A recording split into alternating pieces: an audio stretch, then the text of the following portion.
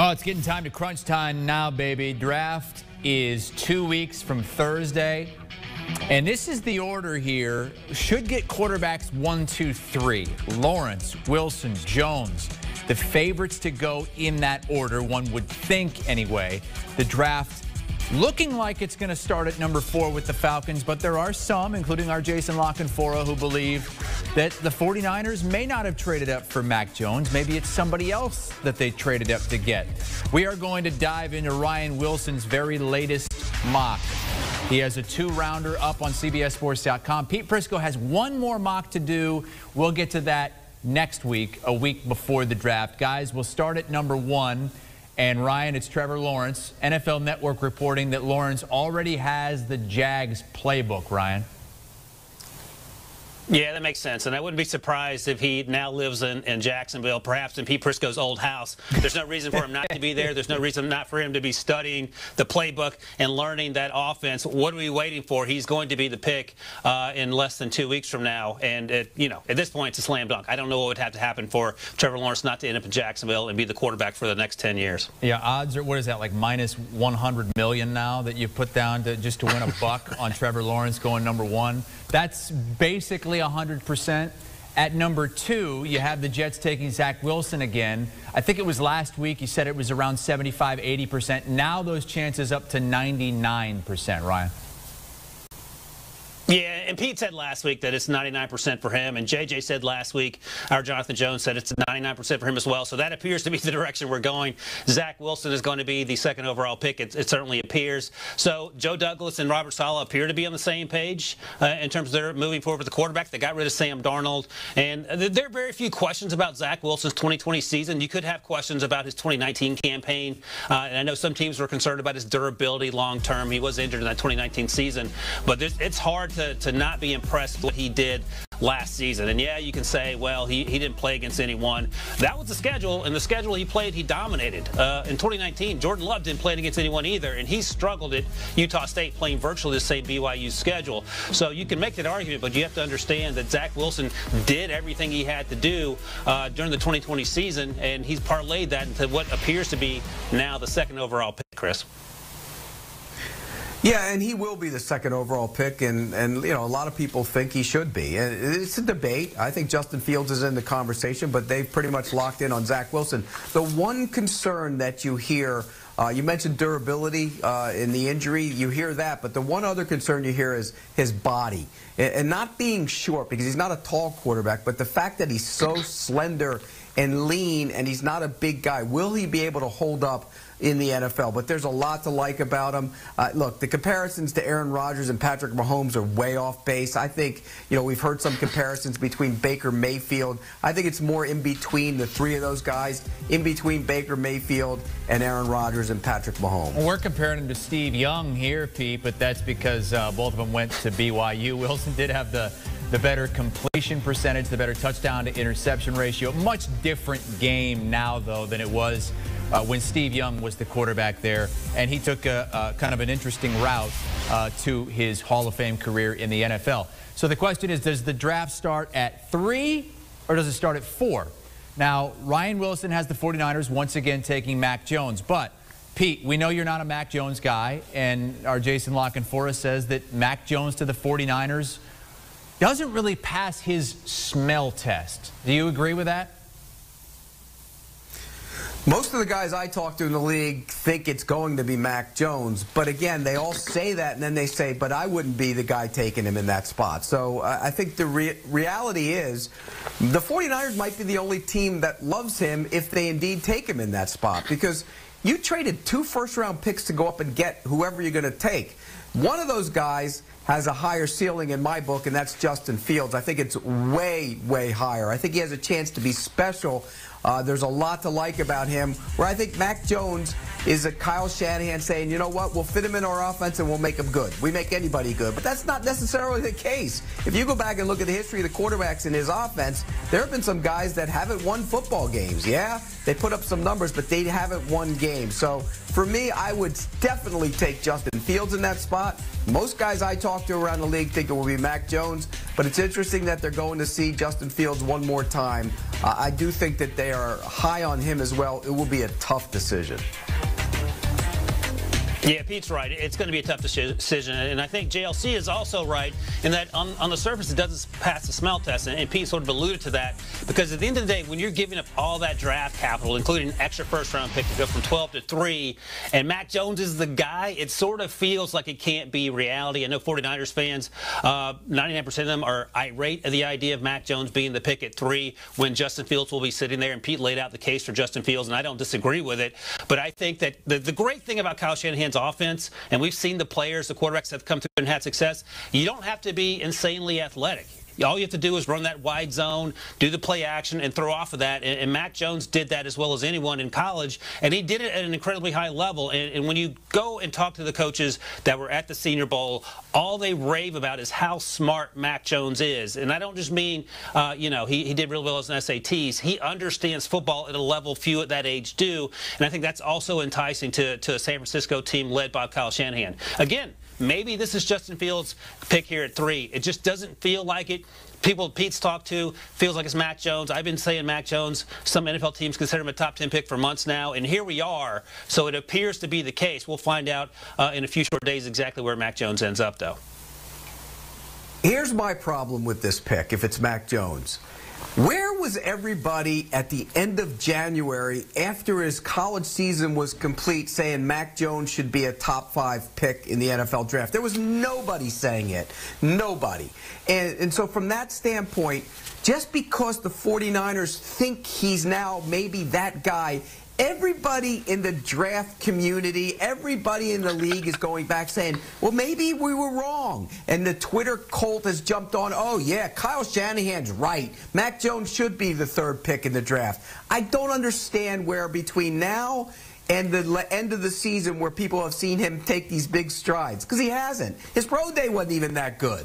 He didn't really look that great at the pro day. So, again, I don't understand the whole Mac Jones phenomenon. Well, Ryan, where did you have Mac Jones going toward the end of the season? I feel like it was late first round or something like that. And Pete was giving you a lot of guff for having him that high.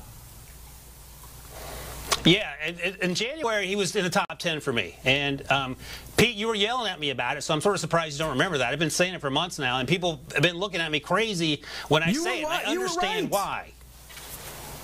But you're just saying that no one was on that train. I was on the Mac Jones train, and I understand the trepidation why it seems insane given the other quarterbacks in this class.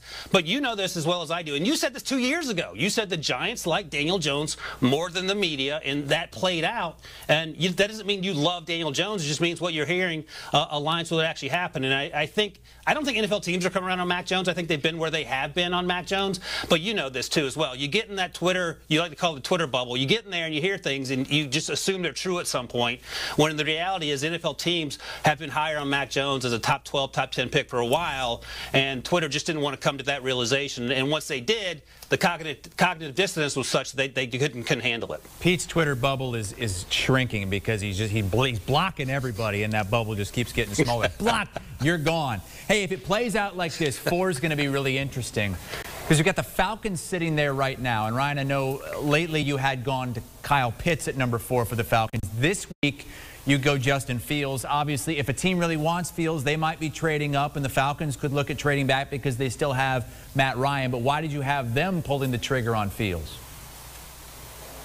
Well, for much the same reason Pete's been talking about Justin Fields. He's a special player, and he has a chance to be a really good NFL player, a top-flight quarterback. And there's not much difference for me between Mac Jones and Justin Fields in terms of the type of players they can be. The athleticism, the arm strength, the mobility, we all know about that, but he's also incredibly smart. And I just feel like if you're Arthur Smith and you're sitting there and Terry Fontenot, the new coach and GM, and you're staring Justin Fields in the face and you don't plan on picking in the top 5 in the near future, it's going to be hard to pass up on. But I think you're right, Chris. I think this is going to be an opportunity for the Falcons to trade down. It sounds like they're comfortable rolling with Matt Ryan for a year or two.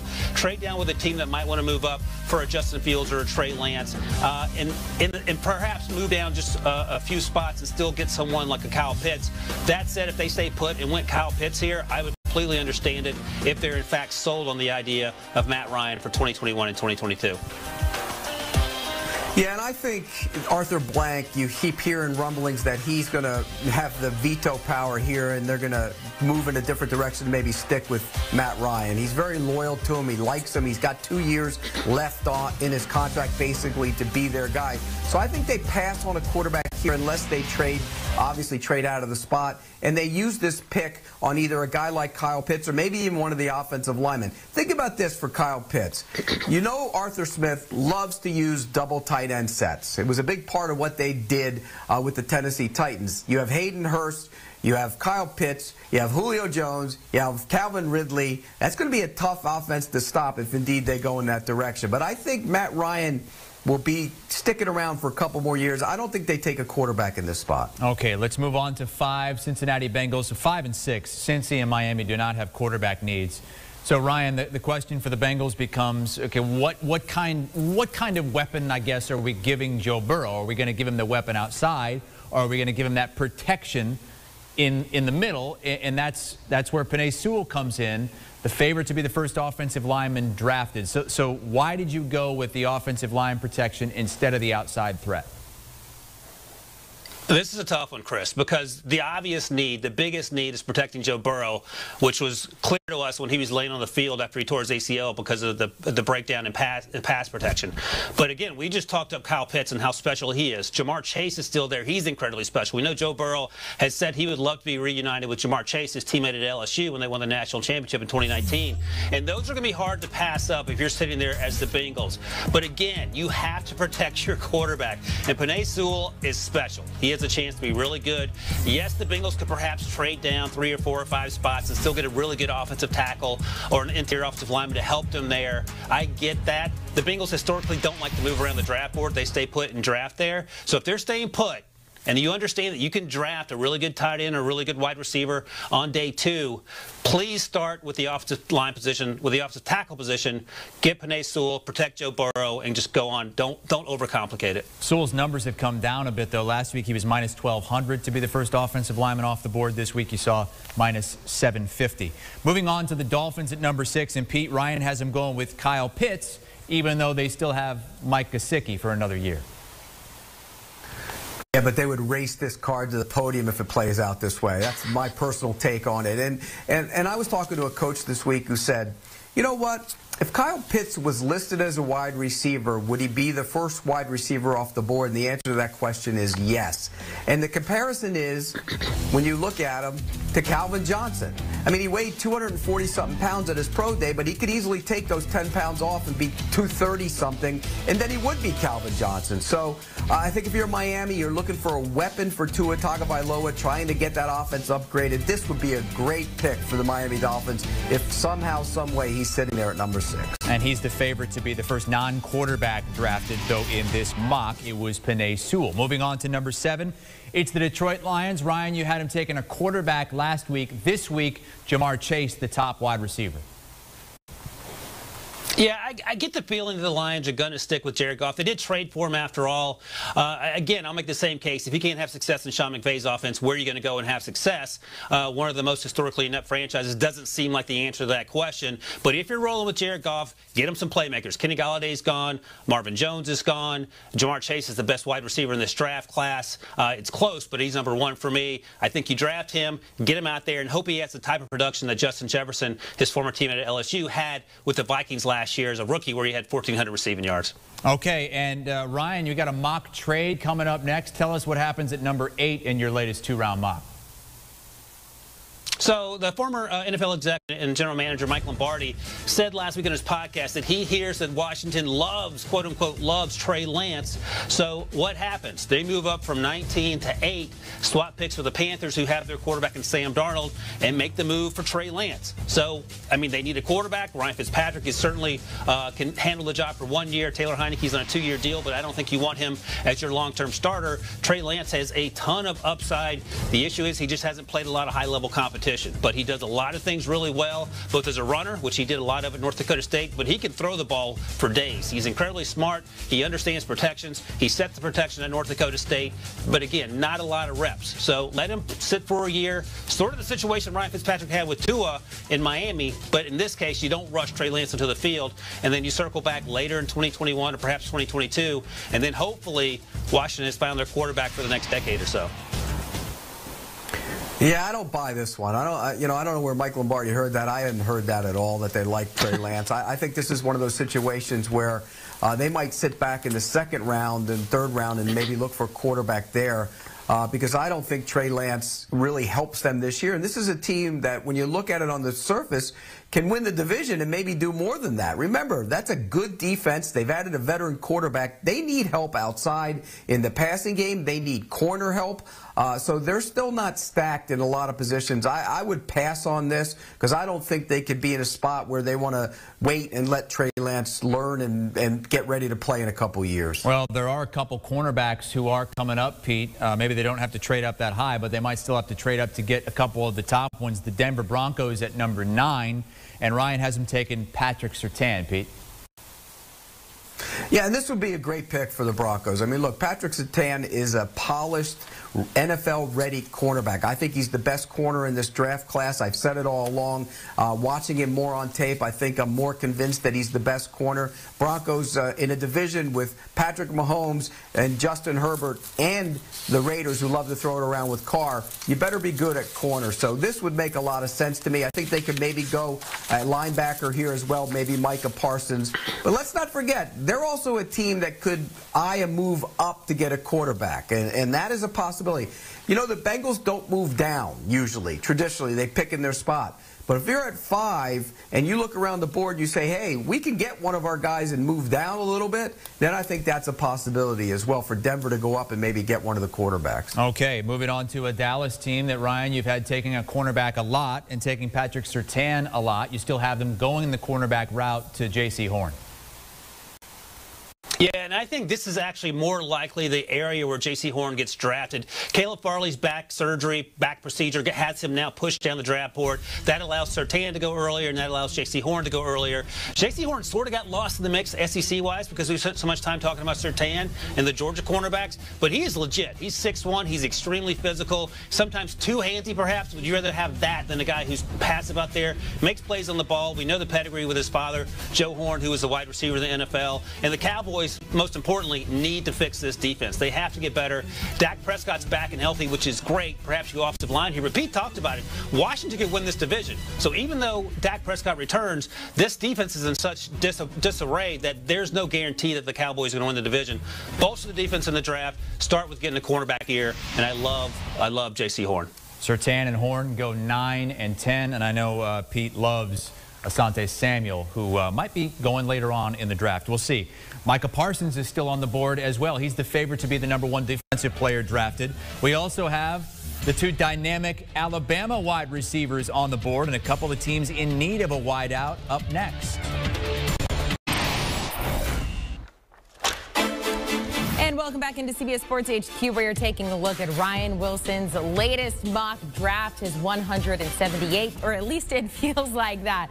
All right, Chris Hassel is with you guys 1 through 20. 20 is a word. Ryan had the Washington football team trading up to 8 to take North Dakota State quarterback Trey Lance. That means all 5 quarterbacks there, the Big 5, as we are now calling them, off the board by 8. So let's take a look at what happens 10 through 20, or 11 through 20. Let's welcome back in Ryan Wilson and Pete Prisco here. Let's start with the Giants at 11. They already acquired Kenny Golladay in free agency. And Ryan, you are going with another wide receiver here in Alabama's Jaylen Waddle.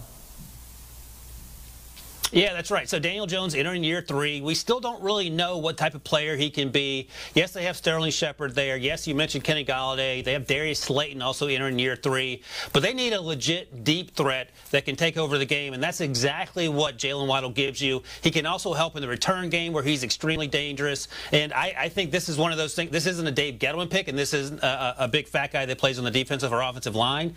But I think at some point you have to put weapons around Daniel Jones. And with Jaylen Waddle Waddle and Devontae Smith sitting there, this is a great opportunity to do just that. No one's catching them. I say it all the time. I think Jaylen Waddle right now, coming out of the draft, is better than Henry Ruggs was a year ago. Henry Ruggs was the first wide receiver taken. They both ran into the 4.2s, both played at Alabama, obviously. Jaylen Waddle's my guy here. I think he helps this Giants offense immensely and helps Daniel Jones immensely as well. Yeah, I think Jaylen Waddle is going to be a heck of a player. The problem is, I don't think Dave Gettleman's going to do this. And you mentioned it. He likes big people. I think in this scenario, he's either looking at one or two spots. He's either looking at a pass rusher off the edge because they need help there in the worst way. And I know it's not a great pass rush group, but I think you could get by taking Jalen Phillips or somebody like that in this spot. Or you could take Slater. And people say, well, they don't need a tackle because they drafted 2 last year. He can play guard, and that offensive line would suddenly be really, really good. So I don't think they take wide receiver here. I would understand it. The other thing that works against it, taking the wide receivers in this area, it's a deep wide receiver class. I mean, there's 30 guys that I think are going to be guys that are going to be quality wide receivers on the next level. So I probably would pass on a wide receiver here as well. All right, we'll see. Next one, let's go to the Eagles at 12. Now at 12, after the Dolphins decided to just move a whole bunch of places, traded out of 3, went to 12, now back up to 6. So we have the Eagles at 12, and we are staying with Alabama here. Ryan has them selecting Heisman winner Devontae Smith, wide receiver also out of Alabama. Pete, another weapon for Jalen Hurts, but the Eagles have a whole bunch of needs, so is this the best pick here? They're a little bit different than the Giants, although they could also use help on that offensive line. Remember, they haven't had a really good, strong left tackle for a couple of years. Jason Peters was a shell of himself. Andre Dillard, who they drafted in the first round a couple of years ago, hasn't played enough. He's been banged up. Brooks is coming off an injury at right guard. Lane Johnson been injured a bunch at right tackle as well. So I think they could use help on the offensive line. They could use help at corner. I mean, that's another possibility, although in this mock draft, you have both corners going off the board, the top corners going off the board 1-2. But again, they need receiver help. They need help at a lot of spots. I wouldn't have a problem with this pick, but it's a deep wide receiver class, and they might think I can get one later on in the draft. Ryan, let's go to the Chargers with the 13th overall pick. They have only been to the postseason twice since 2010. They did make a splash in free agency, landing Corey Linsley, and you are looking to bulk up that offensive line with Rashawn Slater out of Northwestern, and you say he could be a day 1 starter. Yeah, and Pete talked about not only can he play tackle, he can play inside a guard, and he even worked out at center during the time when he opted out. You mentioned Corey Linsley they signed. They signed Matt Filer, the former Steeler, who can play right tackle and maybe even kick inside when he gets to Los Angeles. But at the end of the day, we just talked about this with Joe Burrow and Penei Sewell, you have to protect your franchise investment. Justin Herbert is coming off a miraculous, fantastic season. I call it a miraculous season because I had no idea he was going to play that well, so it's a miracle for me that I still have a job after what I said about him, but whatever. But I love Rashawn Slater because he is legit. Incredibly, he tested off the charts in terms of his pro day, but sometimes that can be overblown. He's a fantastic player. He did really well against Chase Young in that 2018 game, the 2019 game, excuse me, and I think he's a guy who has the ability to come in and play right away. 33-inch arms, that sometimes scares NFL teams as being a tackle, but I think he can play there if you need him. In the meantime, if not, kick him inside and let him start right away and protect Justin Herbert. Ryan, sticking with the offensive line, that's the route you're going here with the Vikings at 14. Christian Darrisaw out of Virginia Tech.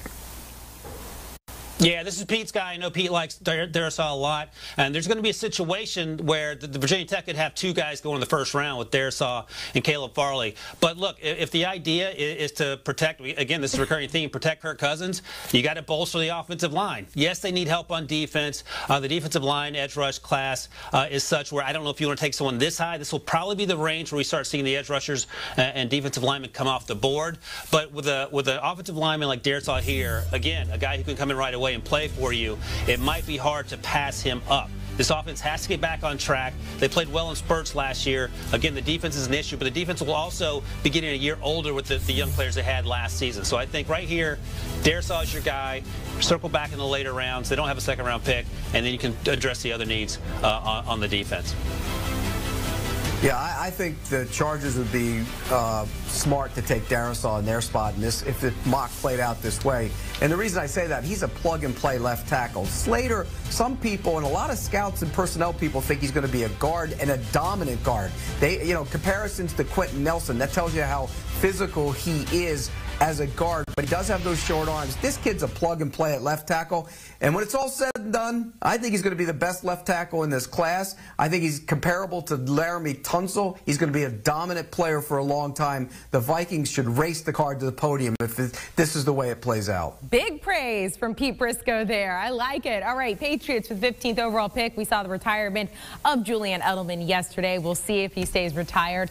I almost forgot that they basically acquired every single player in free agency. Ryan has them selecting Micah Parsons out of Penn State. Pete, Ryan says this is a top 5 talent. So given the Patriots' moves so far, is he a good pick for them here?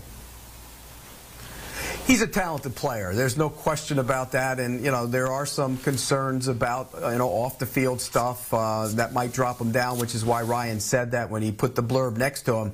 And he would fit with the Patriots. Look, they love athletic linebackers. They love guys that can chase down the football, smart players. Again, I'm not so sure he's going to be the best linebacker in this class. I think that's coming up for a guy down the road in this mock. But I do think he's a talented player and would fit what they need. Remember, Bill Belichick loves guys who can run, guys who are versatile, and that linebacker group has been a problem. Remember, Dante Hightower opted out last year. Guys left. Now Van Noy's coming back. They don't need to pick a linebacker, but this would kind of be a luxury pick for a team that loves guys who can run and fly to the football. Let's go to the Cardinals with the 16th overall pick. And just today, signing running back James Conner. Prior to that, we've got J.J. Watt is new, A.J. Green, Malcolm Butler, among others. Ryan, you did think about another corner here. Instead, you have them selecting Elijah Vera Tucker to beef up that O-line. Yeah, that's right, Amanda. Pat Pete left, obviously. So in previous mock drafts, I would have them addressing the cornerback position. Typically, J.C. Horn would fall around here. He went earlier, so I have them going with Elijah Vera Tucker, who played left tackle last year at USC. He's going to play inside of the next level. His arms are 32.5 inches if you're keeping score at home, and that's a non-starter for the most part, unless you're elite level Joe Thomas to play on the outside. Still, he did a fantastic job at left tackle, so if you need him there in a pinch, you can do that. But he can start day one at left guard, where he played exactly that position in 2019 alongside Austin Jackson, who ended up being the first-round pick for the Dolphins last year. So, again, bolster the offensive line. The recurring theme recurs, and protect your quarterback, in this case, Kyler Murray. You check that box, and you move on. Go to the Raiders with the 17th overall pick. Pete, I remember you sitting in this exact spot over and over the season. The Raiders defense is so bad. So Ryan is attempting to help that. He has them selecting edge rusher Zayvon Collins out of Tulsa. Pete Prisco, how do you like this pick? I love Zayvon Collins. I think he's one of my favorite players in this draft, and the question becomes, where do you play him? In their scheme, they're going to play him at linebacker. A lot of scout to personnel guys think he's an outside 3-4 edge rusher and can be dominant doing that. But in this scenario, he would play on the inside. Their linebackers were terrible. Remember, they spent a lot of money on linebacker last year. Kwiatkowski was signed, didn't play that well. Littleton didn't really pick up the defense and play that well, but it's a new scheme. Remember, Gus Bradley's taking over. It's a different defense for them, and I think Zayvon Collins will make a lot of sense. I'd also look corner here, and, Caleb Farley, the injury bumps him down a little bit. He could be in play here, but also Asante Samuel Jr. I think he's another guy to keep an eye on. All right, let's go to the Dolphins yet again, now at 18. So Ryan had them selecting Florida tight end Kyle Pitts at 6. Here he is going with Jaylen Phillips. Ryan, now he had multiple concussions at UCLA before he did transfer to Miami. So how important is his bill of health? The most important thing at this point, Amanda. They had the medicals over the weekend for the quote-unquote medical combine. Jaylen Phillips didn't make it because he came down with COVID, according to reports, so that's a concern. They'll circle back and have those boxes checked by the time the draft rolls around. But Pete talked about him going perhaps as high as 11 to the Giants. If he's cleared medically, he is worth the 11th overall pick, but that is the huge question mark at this point. He played so well in 2020, however, for Miami in that 1 year after transferring from UCLA. After he retired in 2018, he outplayed actually the guys whose number he took, and Gregory Rousseau, who opted out, and that's why he's going among the first edge rushers in this class. But again, at the end of the day, the health will be the most important thing. If it checks out, he's a top 15 talent. If it doesn't, we could see him slide a little bit. So fingers crossed he gets a clean bill of health, and here's his name called pretty early. We see the Panthers at 19 due to Ryan Wilson's mock trade. They traded out of 8 with the Washington football team. They also get 74, a 2022 second-round pick. So we saw saw them introduce Sam Darnold as their quarterback this week. Ryan is going with Greg Newsome out of Northwestern. Pete working to upgrade their secondary. Thumbs up, thumbs down on this one. Oh, I like this pick. And again, I think this is a team that needs to get better in the secondary. Greg Newsome's an interesting guy. When you watch him play, he's actually looks like an NFL-ready corner. So it would be a good move for them. I don't know if they would move down like this trade has them doing. I think that they would stick there and take the best available player in that spot rather than trade down. But if they did trade down, Greg Newsome's going to go in this area. He's a big NFL-ready corner, and if you look at him, he has the outstanding cover skills. So I like this pick if indeed this trade happened. Let's go to the Bears at 20. It appears they're set with Andy Dalton as of right now. So Ryan has them working to fix their offensive line with Tevin Jenkins out of Oklahoma State. Now, Pete, I was working to compare your latest mock draft to his, and I believe you have the exact same pick. So I'm assuming this is an A+ from you. Yeah, and again, you look at their tackle situation. The right tackle is not very good. I mean, Bobby Massey's gone. They need to upgrade there at the right tackle spot. And Jenkins is a mauler. I mean, he's a tough physical player who would step in and start right away. And then, you look at this regime. They're going with Andy Dalton. You may as well protect him because your jobs are on the line with Andy Dalton. So get him some help up front. I think he would play right tackle in their offense, and he'd be a good player to add in front of Andy Dalton. All right, Ryan Wilson, Pete Prisco, you guys hang on just a second. We're going to take a look as the draft continues here. 21 through 26 next, still to come on HQ. He led the SEC in sacks last season, 8.5 in just 10 games. So who will be the lucky team to land Azeez Ojulari? We'll tell you next.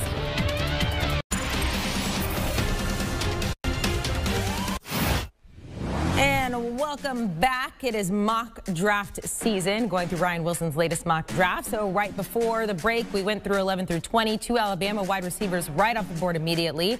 At 11 and 12, the Panthers trading out of 8 with the Washington football team, going with Greg Newsome at 19.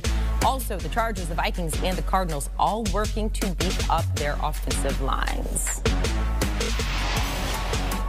Let's welcome back Ryan Wilson and Pete Prisco. So we'll start with the Colts at 21. Both of you in your latest mocks have them selecting edge rushers. However, you are going with different ones. So Ryan, we'll start with you here. You have the Colts selecting the guy who led the SEC in sacks last season, Azeez Ojulari out of Georgia. Right, and they can certainly use offensive line help here. Anthony Costanza retired, so that's a need on the left side. But Tevin Jenkins just went the pick before, so that takes him off the list as a possible landing spot in Indy. Also, DeForest Buckner and Justin Houston led the Colts in sacks last year. DeForest Buckner plays on the inside. Justin Houston's a free agent as we sit here, so they need to bolster up the edge rush position as well. Ojulari is probably the most complete edge rusher in this draft class. He's stout against the run. He gets off it against the pass. He's listed at 249. He plays much bigger than that. I feel like he's a really good prospect that's going to go right in this range. Pete and I have talked about it week in and week out. There's no Chase Young in this draft class, but there are a lot of really good edge rushers, and Ojulari is one of my favorites in this class. Titans with the 22nd overall pick. Ryan, you have them selecting Kwity Paye out of Michigan. A lot of guys, a lot of people, I should say, really like him. He's very physical. Some would call him a freak athlete. And Ryan, you say the Titans could find him here because he's still growing into this position. That's right, Amanda. The 2019 tape, you watched him play, and he felt like a developmental day 3 guy, and then it all came together in the few games he got to play during the pandemic seasons of 2020, and he balled out. And you mentioned he's big. He's 6'2", about 270 and change, I believe. He tested well at his pro day, but he's explosive, really strong hands, quick first step. Just a matter of where you're going to play him. Yes, the Titans signed Bud Dupree, who's coming off an ACL injury. You can never have enough edge rushers on a Titans football team that managed 19 sacks last year. So I think the more the better. You bring him in. You have Bud Dupree coming off his injury, getting healthy, and have a chance to make that defense better and give them help them maintain, that is, the #1 spot in that division. And part of doing that is getting after the quarterback, something they couldn't do last year consistently. We find the Jets yet again at 23. They have the 2nd overall pick, in every single one of our draft guys, including you, Ryan, has them taking Zach Wilson. Also you too, Pete. So what do you do at 23? Ryan has them selecting Greg Rousseau out of Miami. Pete, he opted out of the 2020 season. What do you think about him to the Jets at 23? Well, he opted out of the season, and it cost him a boatload of money because there was real talk before the season that he had a chance to be a top 10 pick. And remember, there's really not going to be an edge rusher going to the top 10. So whoever gave him that advice gave him bad advice. It cost him a boatload of money. There's some talk now he might not even go in the first round. You start hearing that from some league guys. Hey, look, he looks the part. He's a big physical guy, and the Jets need those kind of edge rushers, so it would make a lot of sense. But this is a run on edge rushers, and I tend to agree with Ryan that Ojulari is the best of the group that's here right now and would make a lot of sense. But the Jets need pass rush help. I get it. But this guy cost himself a lot of money by opting out. Let's go to the Steelers at 24. Ryan points out they still need to figure out a long-term answer quarterback. We know that. He says they also need a running back and a cornerback. But with the way your board fell, Ryan, you're going with Jason Owe out of Penn State. Other need, which is a huge drop-off from a team that won 11 straight games last year before the wheels fell off. But Jason Elway feels like a Steelers-type project. And I say project because he started playing football as a junior in high school. Yes, he did not have any sacks last year, but when you watch him play, he gets after it. And he's only going to get better and grow into that body. He's 6'5", 253.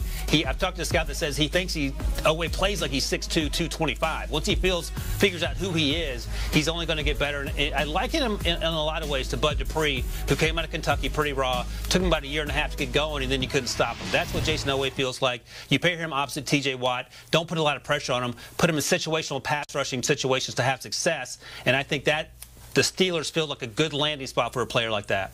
We get the Jags again at 25. See you get Trevor Lawrence. Check. Beyond that, this is a team with a lot of needs. Thankfully, they have a lot of picks. They have 10 of them overall. So what do you do at 25? Ryan is going with Samuel Cosmi, offensive lineman out of Texas. Now, Ryan, I've been trying to go through some of your mocks in the past because this is a guy who's not always been in the first round for you. Yeah, he's sort of at the cutoff. If you're asking me to grade him, he's probably a high second-round pick, but sometimes guys get pushed up because of need. Last week I had him taking a safety, and Pete didn't like that idea because of Rashawn Jenkins. I get that. So I went this time with offensive tackle. He's incredibly athletic. Sometimes that you don't think that about offensive tackles, but he tested well his pro day. But the way he plays really athletically. He moves well. He has great pass sets. He anchors well, does all the things that you want your offensive tackle to do. So he can come in and protect your franchise quarterback. Again, we're back to protecting the franchise quarterback. And just in case you're wondering, Pete, after Sam Cosmi in round 2, I have the Jaguars taking Kadarius Toney and Najee Harris. So they check a bunch of boxes with those 4 picks in the first 2 rounds. I believe Kadarius Toney was in Pete's first round. I am not entirely sure. Look, yes. See, I read it. I did read it, Pete. Do you want a sports network that delivers everything that matters about the game? The highlights, the picks, the instant analysis, no yelling, no fake debates, no politics. Hit the subscribe button and never miss a moment.